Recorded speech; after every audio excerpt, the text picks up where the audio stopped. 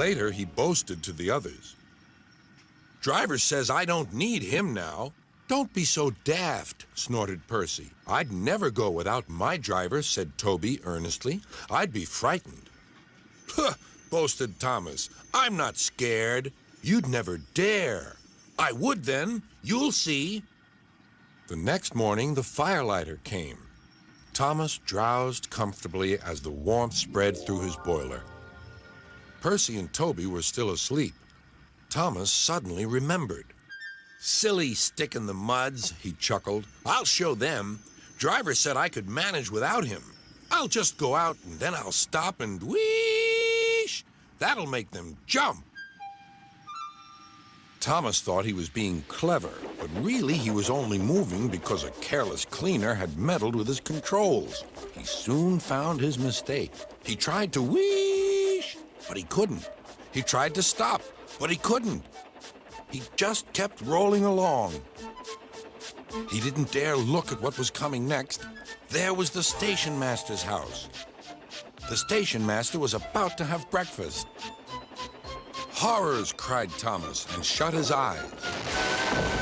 The house rocked, broken glass tinkled, plaster was everywhere. Thomas had collected a bush on his travels.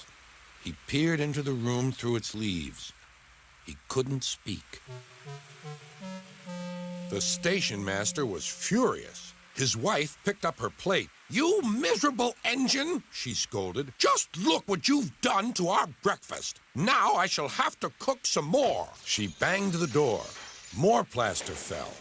This time it fell on Thomas. Thomas felt depressed. Workmen propped up the house with strong poles and laid rails through the garden. Then the Scottish twin engines Donald and Douglas arrived.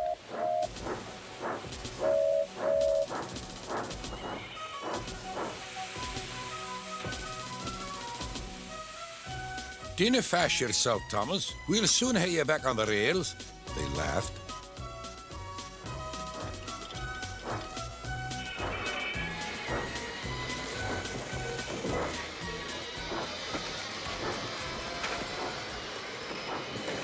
Donald and Douglas, puffing hard, managed to haul Thomas back to safety. Bits of fencing, the bush, and a broken window frame festooned his front, which was badly twisted. The twins laughed and left him. Thomas was in disgrace. There was worse to come. "You're in a lot of trouble, Thomas." "I know, sir. I'm sorry, sir." Thomas's voice was muffled behind his bush. "You must go to the works and have your front mended. It will be a long job." "Yes, sir." "Meanwhile, a diesel rail car will do your work." A diesel, sir?"